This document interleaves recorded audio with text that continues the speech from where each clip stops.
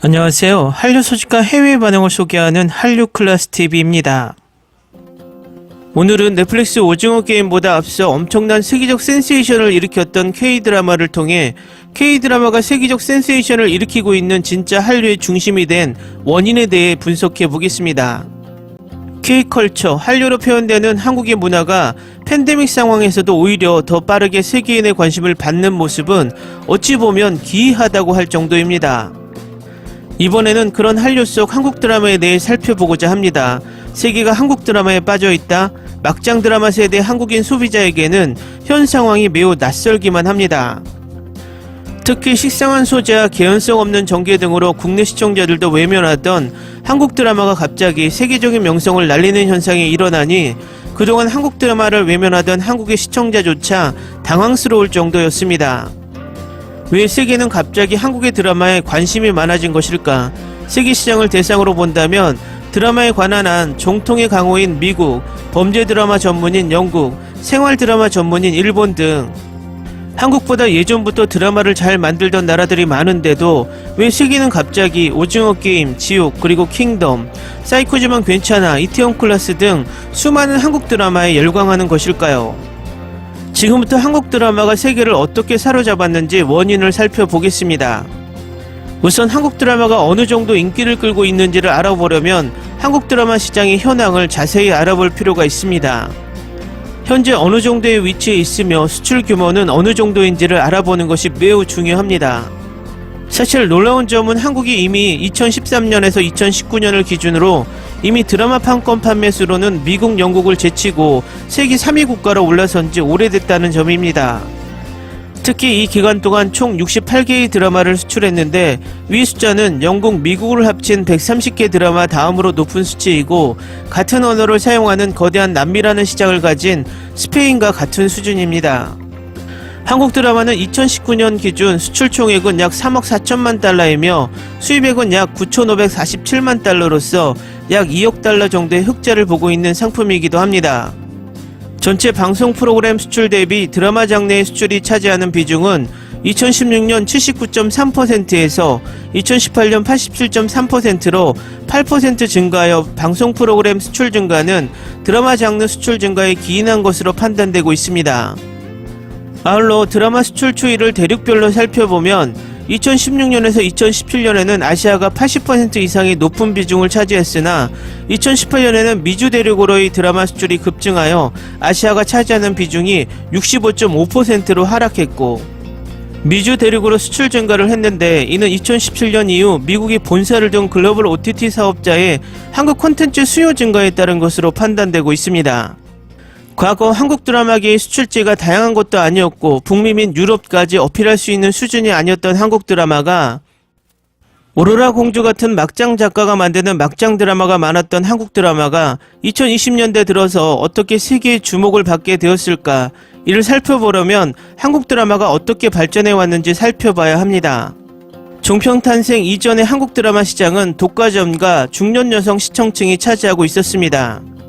당시 지상파 채널은 4개에 지나지 않았고 드라마는 케이블에서 만드는 것이 아닌 자금과 여력을 지닌 지상파의 독과점 시장이었습니다. 그러다 보니 시청률이 최소한 10% 이상이 보장되었습니다. 즉 비슷한 곳에서 촬영하고 비슷한 곳에서 비슷한 이야기로 비슷한 배우들이 출연해서 비슷한 드라마를 제작하였습니다. 드라마 제작 현장에 있던 그 누구도 새로운 작품, 새로운 시도를 하려고 하지 않았고 의미도 없었고 그 요인도 적었습니다. 그나마 SBS의 경우에는 상업방송답게 수익성을 높이기 위해 새로운 시도를 하려고 했으나 그 시도도 당시 채널 선택권이 주부들에게 있었기에 주부들의 입맛에 최적화하려고 하였습니다.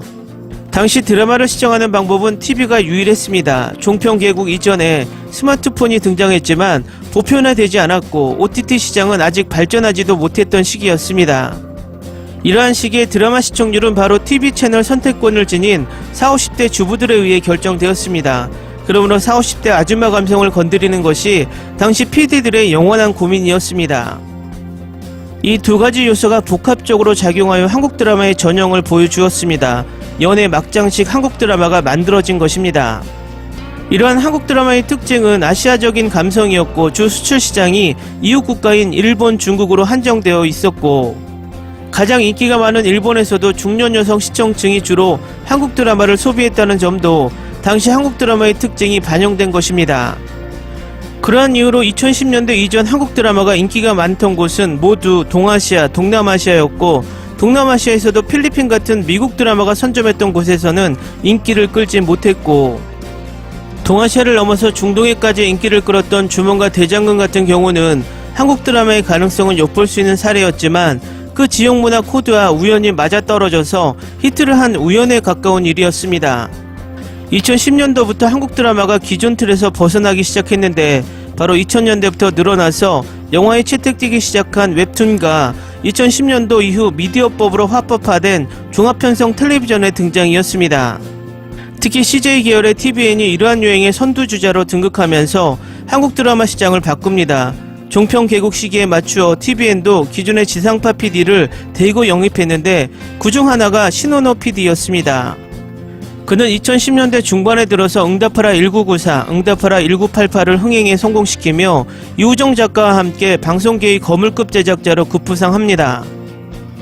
게다가 미생이 초대박을 터뜨리면서 지상파 방송국 못지않게 오히려 넘어서는 경쟁력과 시청률, 화제성을 보였고, TVN 드라마가 그야말로 한국 드라마계를 이끌어갈 선두주자가 되었습니다.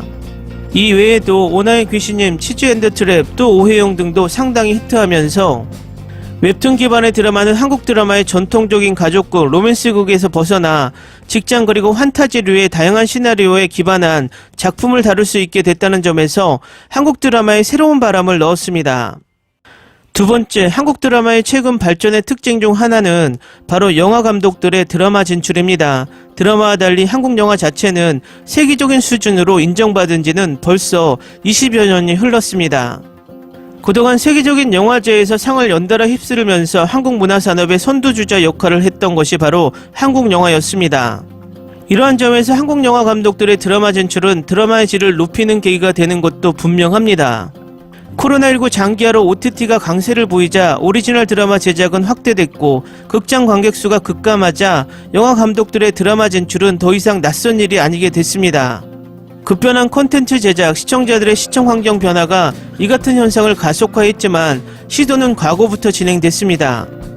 1996년 고스트 밤마로 데뷔해 찜 하루 등을 연출한 한지승 감독은 2006년 연애시대를, 홀리데이로 유명한 양윤호 감독은 드라마 아이리스, 친구로 극장가를 사로잡은 곽경택 감독은 2009년 자신의 대표작을 MBC 친구 우리들의 전설로 2011년에 리메이크하는 시도가 있었지만, 한국 드라마가 세계적인 어필을 가지게 되는 계기를 이루게 된 것은 바로 2019년 김성훈 감독의 킹덤으로 볼 수 있습니다. 다들 지금 오징어 게임을 말하지만 오징어 게임이 사실 넷플릭스를 통해서 세계적인 유명세를 타게 된 첫 한국 드라마는 아닙니다. 오히려 킹덤이 그러한 드라마라고 볼 수 있습니다. 특히 킹덤은 좀비 영화의 한국식 사극의 서사를 더했고, 정치 스릴러까지 더해서 영화 같은 퀄리티의 드라마의 장점을 더해서 인기가 높았습니다.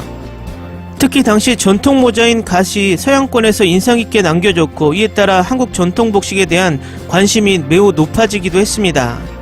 왕의 남자, 변산, 동주 등 굵직한 작품을 연출한 이준익 감독은 티빙 연도로 첫 드라마에 도전했으며, 개춘할망의 창 감독은 현재 티빙 더 맨션을 촬영 중이며, 범죄도시를 연출한 강윤성 감독이 넷플릭스 킹덤 세자전의 메가폰을 잡는 것으로 알려졌습니다.